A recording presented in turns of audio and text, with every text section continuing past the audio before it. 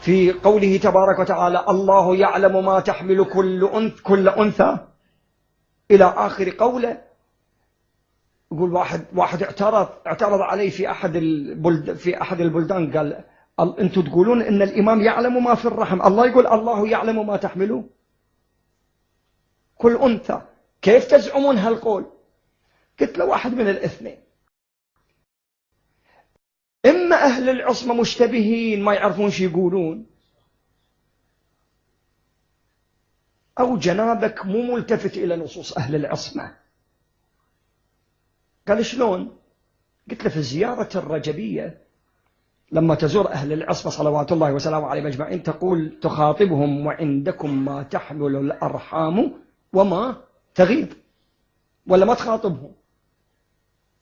في أكثر من مناسبة الأئمة صلوات الله وسلامه عليهم أجمعين يشيرون.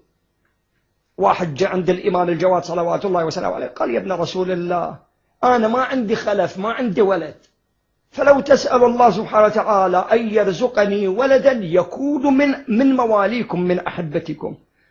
قال اذهب فقد حبلت زوجتك وإنك ستلد ولدا في يده اليمنى إصبع زائد.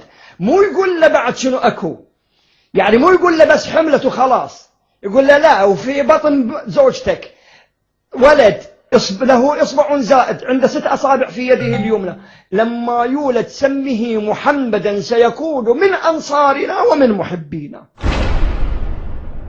قل لا يعلم من في السماوات والأرض الغيب إلا الله وما يشعرون أيان يبعثون.